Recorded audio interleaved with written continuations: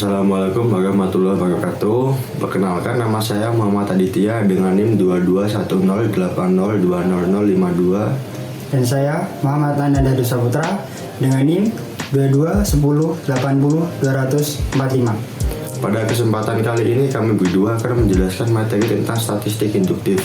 Saya akan menjelaskan materi tentang sampling dan hipotesis.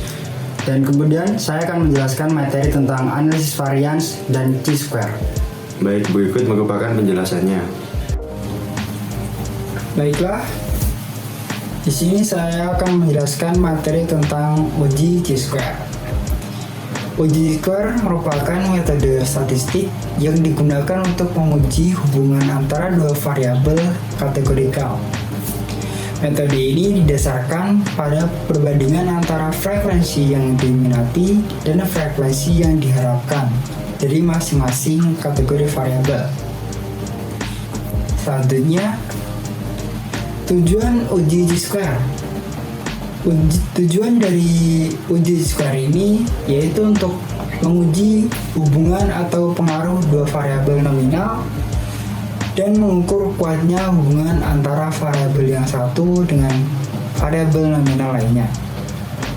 Selain itu, uji ini juga digunakan untuk membandingkan hasil yang diamati dengan yang diharapkan, serta untuk mengidentifikasi apakah perbedaan antara dua variabel kategori disebabkan oleh kebetulan atau adanya hubungan di antara keduanya. Jenis-jenis uji chi-square. Terdapat dua jenis uji chi-square, yakni pertama, jenis uji kesesuaian chi-square. Jenis ini digunakan untuk menguji apakah distribusi frekuensi suatu variabel kategori berbeda dari harapan. Dalam pengujian ini, data yang diamati dibandingkan dengan data yang diharapkan berdasarkan suatu model probabilitas. Dan uji ini membantu dalam menentukan apakah perbedaan antara data aktual dan data prediksi disebabkan oleh kebetulan atau adanya hubungan di antara keduanya. Kemudian jenis yang kedua yaitu uji independensi chi-square. Merupakan uji independensi chi-square adalah metode statistik yang digunakan untuk menguji apakah dua variabel kategori memiliki hubungan secara signifikan. Uji independensi ini menggunakan distribusi chi-square untuk menentukan apakah perbedaan antara frekuensi observasi dan frekuensi harapan signifikan atau tidak. Jika nilai chi-square lebih besar dari nilai kritis yang diperoleh dari distribusi chi-square dengan derajat kebebasan yang sesuai, maka hipotesis 0 dapat disingkirkan dan terdapat hubungan yang signifikan antara variabel. Selanjutnya, uji ketepatan. Digunakan untuk menguji ketepatan distribusi frekuensi data dengan distribusi tertentu, misalnya merata, normal, binomial, atau distribusi lainnya. Contoh, H0 dimulakan distribusi frekuensi data adalah normal. Selanjutnya, yang H alternatif, distribusi frekuensi adalah data yang tidak normal. Ketentuan pemakaian chi kuadrat. Agar pengujian hipotesis dengan chi kuadrat dapat digunakan dengan baik, maka hendaknya memperhatikan ketentuan-ketentuan berbagai berikut. Yang pertama, jumlah sampel harus cukup besar untuk meyakinkan kita bahwa terdapat keamanan atau kesamaan antara distribusi teoritis dengan distribusi sampling chi kuadrat. Yang kedua, pengamatan harus bersifat independen atau unpaired. Ini berarti bahwa jawaban satu subjek tidak berpengaruh terhadap jawaban subjek lain, atau satu subjek hanya satu kali digunakan dalam analisis. Yang ketiga, Pengujian psikokuadrat hanya dapat digunakan pada data diskrit.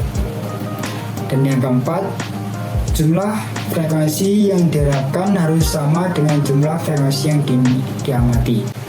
Uji tabel kontingensi merupakan suatu metode statistik yang digunakan untuk menguji apakah terdapat hubungan statistik yang signifikan antara dua variabel nominal. Variabel nominal adalah data kategorik yang tidak memiliki tingkat seperti jenis kelamin, jenis pekerjaan, kota, atau status perkawinan. Uji ini dilakukan dengan membuat tabel silang yang menampilkan frekuensi observasi dan frekuensi harapan dari setiap kombinasi variabel. Contoh penerapan, misalkan kita ingin mengevaluasi apakah terdapat hubungan antara jenis kelamin dan kecenderungan politik. Tabel kontingensi akan menggambarkan jumlah laki-laki dan perempuan yang mendukung partai politik tertentu. Tujuan utama dari tabel kontingensi ini yaitu untuk menentukan apakah terdapat hubungan yang signifikan antara dua variabel. Dalam konteks uji statistik, kita ingin tahu apakah pola pengamatan dalam tabel tersebut mungkin terjadi secara acak atau apakah ada pola yang nyata. Kemudian, syarat-syarat yang harus dipenuhi untuk melakukan uji tabel kontingensi. Yang pertama, tidak ada sel dengan nilai frekuensi kenyataan atau aktual sebesar 0. Yang kedua, apabila bentuk tabel kontingensi 2x2, tidak boleh ada satu sel saja yang memiliki frekuensi harapan atau expected account kurang dari 5. Kemudian yang ketiga, apabila bentuk tabel lebih besar dari 2x2, jumlah sel dengan frekuensi harapan yang kurang dari 5 tidak boleh lebih dari 20%. Langkah-langkah umum dalam melakukan uji tabel kontingensi. Pertama, penyiapan data. Data dikumpulkan dan disusun dalam tabel kontingensi. Variabel pertama ditempatkan di baris dan variabel kedua ditempatkan di kolom. Setiap sel dalam tabel mewakili frekuensi atau jumlah pengamatan untuk kombinasi tertentu dari kedua variabel.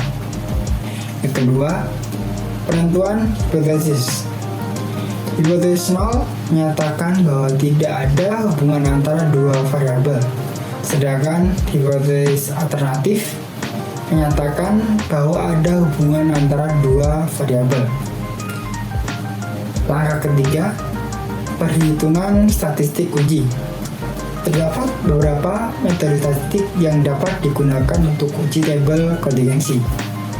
Salah satunya adalah uji chi-square ini.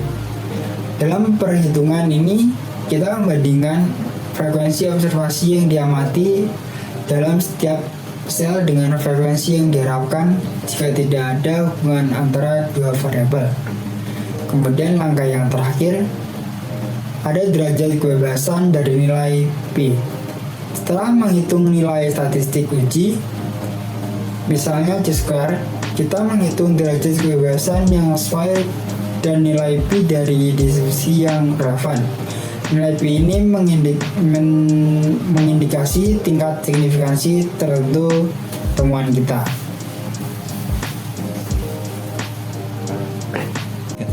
Baiklah, tadi merupakan materi yang dapat kami sampaikan. Mohon maaf apabila ada kesalahan. Terima kasih. Wassalamualaikum warahmatullahi wabarakatuh.